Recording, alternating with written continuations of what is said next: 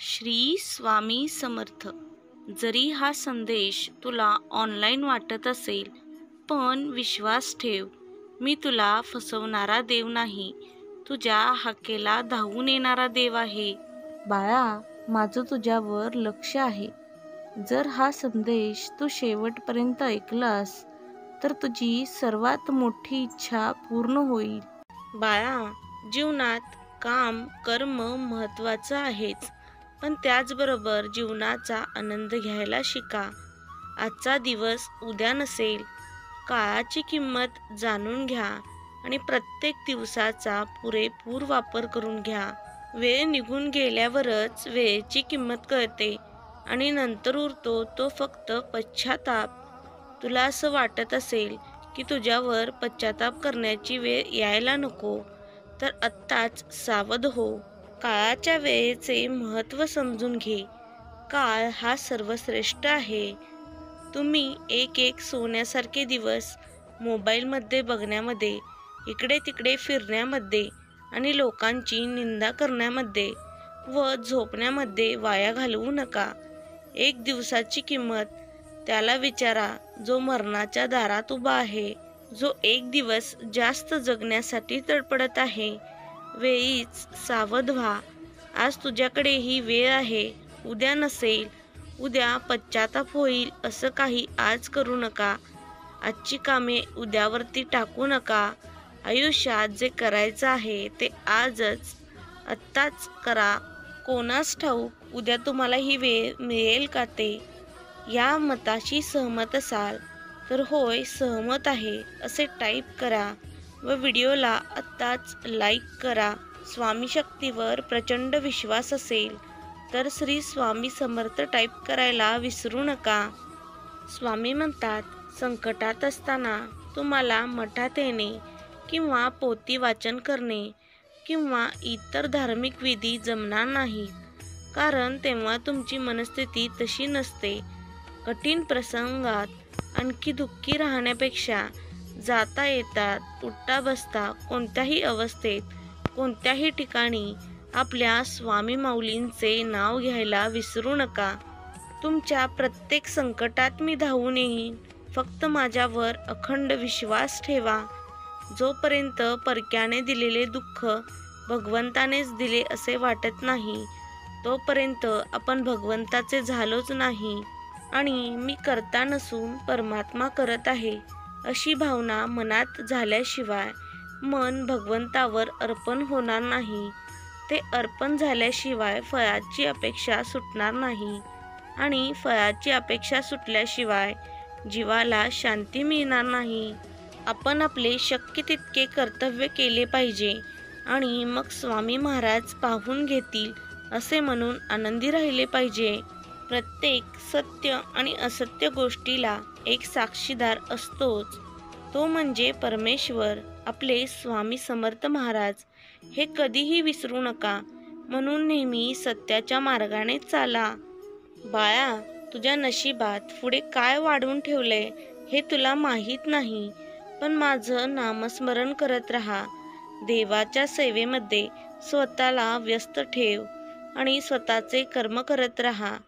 तुझ्या डोक्यावर माझा हात आहे आणि तुझ्या प्रयत्नांना माझी साथ आहे.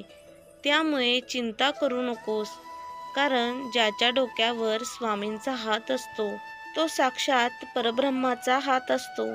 त्याला घाबरण्याचं मुळीच कारण नाही. स्वामी म्हणतात, माझ्या नामस्मरणाने आयुष्यातील संकट तर थांबणार नाही, कारण संकट हा एक जीवनाचा भाग आहे. पण माझं नामस्मरण, नित्यचिंतन, माझ्यावरचा विश्वास तुझे संकट एवढे कमी करतील की हे संकटे तुला फुलासारखी जाणवतील. त्या संकटातही एक स्मित हास्य तुझ्या ओठावरती असेल. तेव्हा तू समजून जा की तू मुळात जीवनाचा सार संपूर्णपणे समजून गेला आहेस. बाळांनो, वेळेला नक्कीच महत्त्व द्या, पण जिथे तुम्हाला महत्त्व नाही तेथे वेळ वाया घालवू नका.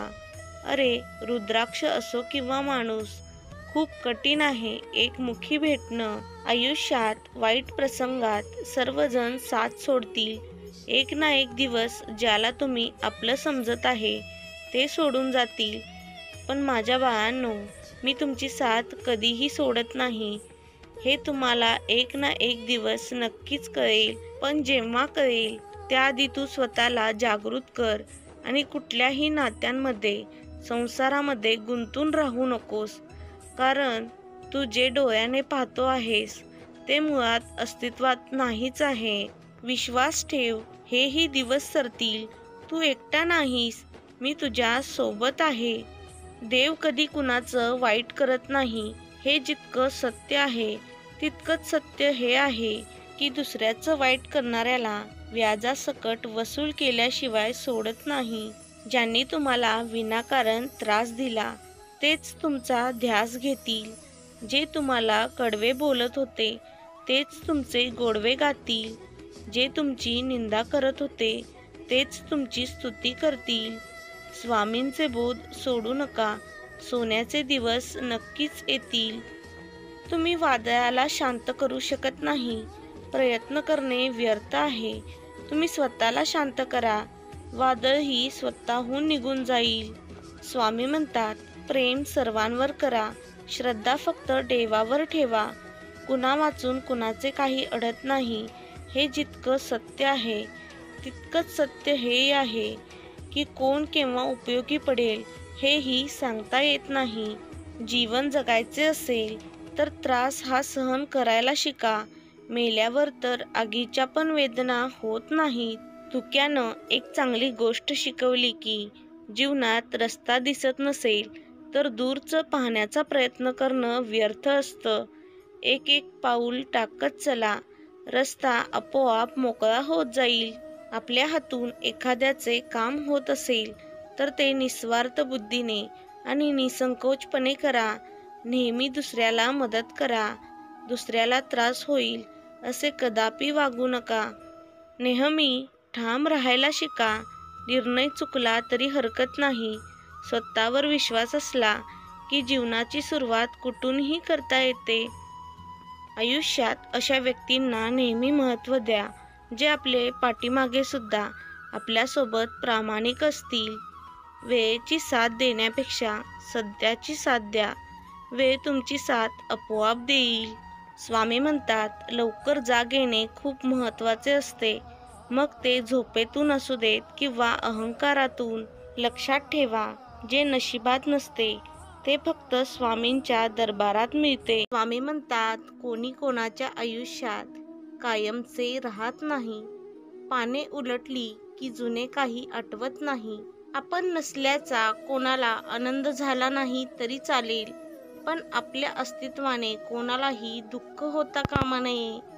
स्वामींच्या या मताशी सहमत असाल तर कमेंट बॉक्समध्ये श्री स्वामी समर्थ टाईप करा आणि आपल्या चॅनलला सबस्क्राईब करा.